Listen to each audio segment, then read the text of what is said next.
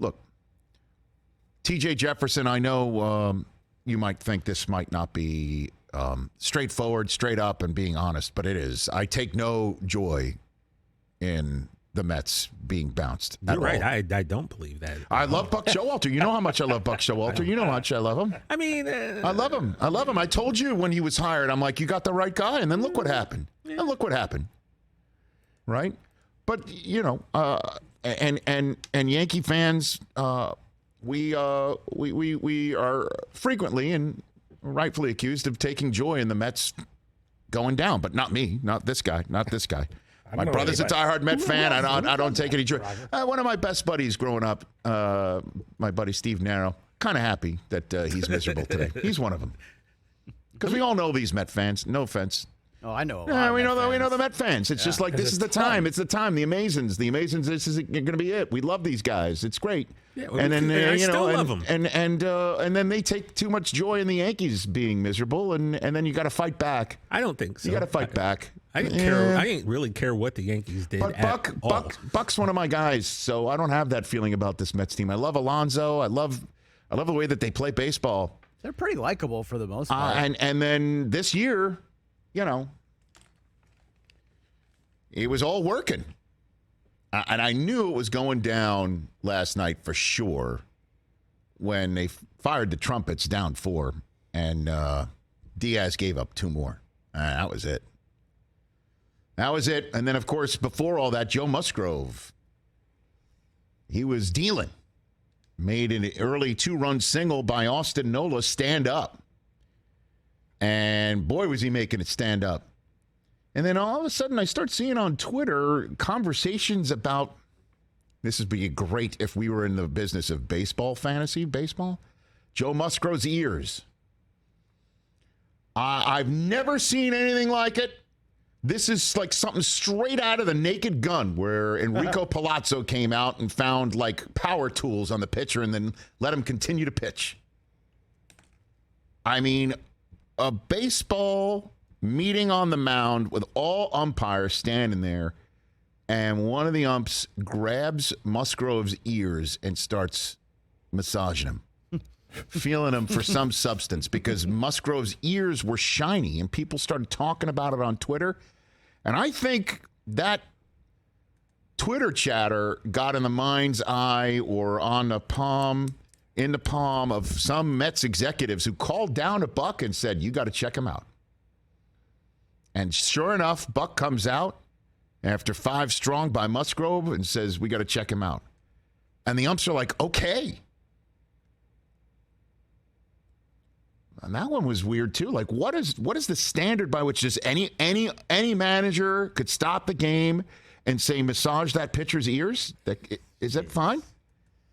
Shouldn't be. Is that fine? Here was Buck Showalter after the game when asked about what led to the search, but no seizure. I get a lot of information in the dugout that, we certainly weren't having much luck the way it was going, that's for sure. But, I'm charged with doing what's best for the New York Mets, and if it makes, however it might make me look or whatever, I'm going to do that every time and live with the consequences. I'm not here to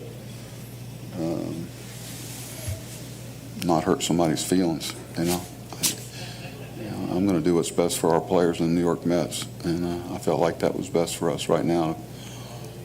There's some pretty obvious reasons why it was necessary. The spin rates were up. David Cohn was talking about it. Our friend of the program, John Boy, has a terrific breakdown on his site. Spin rates on every pitch was up. It was up by over 100 spins, whatever, per minute, whatever they want. I mean, his spin rates were up, and his ears were glistening. John Boy also looked at the video and said he never once saw Musgrove go to his ears on the mound or off the mound. Not once. There you go. So they found nothing. They massaged his ears and let him pitch. Andrew McCutchen, who I don't know if he wants to do this for a living. I mean, maybe he might have a nice career in the media. He tweeted out that I guarantee Musgrove has red hot on his ears. Pitchers use it as mechanism to stay locked in during games. It burns like crazy, and I don't know why some guys think it helps them, but in no way is it sticky. Buck is smart, though. Could be trying to just throw him off. Again, I mean, Buck grabbed a baseball in like the first inning and started looking at him. And so I think he got some phone calls saying, you got to check him out, Buck. And if the GM or whoever it might be is calling down and saying, check him out, Buck's going to do it. Now, you said SNY announcer Gary Cohen? Yeah, so Gary Cohen, after the game, they were outside, and the fans were booing him as he was saying it. But he said, quote, "It smacked of desperation, and it was fairly embarrassing. I thought for Buck to do that in that spot, it was not necessary. As it turned out, Musgrove was not cheating. If you're going to pull a stunt like that, you better be right." And Buck wasn't right. Well, then that's the thing, too, is Buck was saying, he'll take the repercussions, and the repercussions right now are verbal criticism. And Buck is thick-skinned enough to survive all that, which is why he makes for a great Mets manager.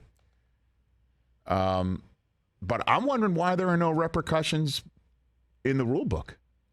If you say to an umpire, check him out, and a baseball game, playoff baseball game, in which the pitcher you're having checked out is throwing a shutout, or just let's forget the fact that how effective he is. If you're going to an umpire and saying, check this guy out, and it leads to one of the more ridiculous visuals I've ever seen on a baseball field, and I've seen Steve Lyons drop his pants, okay? And so where an umpire is massaging, and at one point the umpire sort of rubbed his fingers down a sideburn, sort of like, what I do to my kids to make sure that they can calm down and go to sleep. I mean, how embarrassing is that? And Musgrove's got to stand there. And so if you ask for this to happen and the umpires comply and find nothing, shouldn't there be just like, you lose an out, you lose something? Like, there should be... Yeah. In baseball, the replay system, you have one challenge in the first 7 innings if you're a manager. You get it wrong, you don't have another one. You get it right, you keep it until the 8th inning when the umpires on the field can institute any video replay. So what skin is it off Buck's nose? What, Gary Cohen's going to criticize him? Anybody else going to criticize? What does he care? How is there no... Your team's getting punked, and so it just makes it look like you're just grasping at straws to just like... I don't know. The guy's ears on a 58-degree night were like bright red. In this day and age, who the hell knows, man? But if you're going to do it, and the umpires rub his ears. I mean, well, it's like you said, Lord. you better be right. That's what I'm saying. You better be right about that. There should be a repercussion in game to whichever manager who asks for that treatment to occur. It's delivered. And if you're wrong, what is it? An out? If you do it while you're up, that batter's out. The batter's out. You got one out, which is a pretty significant stiff penalty in a playoff game that you're down 4-0 in. Or if you do it, what? Yeah, you have to do it when the other opposing pitcher's on the mound. So what's the and difference?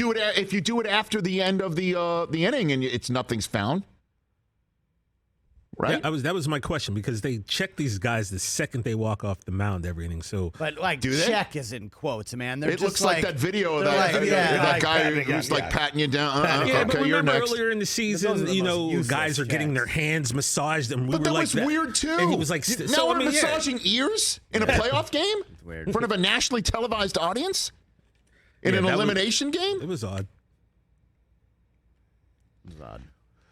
And in case Mets fans are wondering what the hell happened to the season, did you see Seinfeld chimed in? What did he say? He chimed in. Well, not on this specifically, but this is when the Mets were blowing it against the Braves, when the NL East wound up being tied. He put on an Instagram on the SNY television Instagram, "I blame that stupid trumpet performance. Celebrating in season, we haven't won anything yet. Bad mojo. Same as when Baja Men showed up to play Who Let the Dogs Out in 2000 World Series. Series ended right there." I was there in Shea, man, when the Baja Men sang Who Let the Dogs Out before the third game of the World Series. I'm like, wow. I remember that. Wow.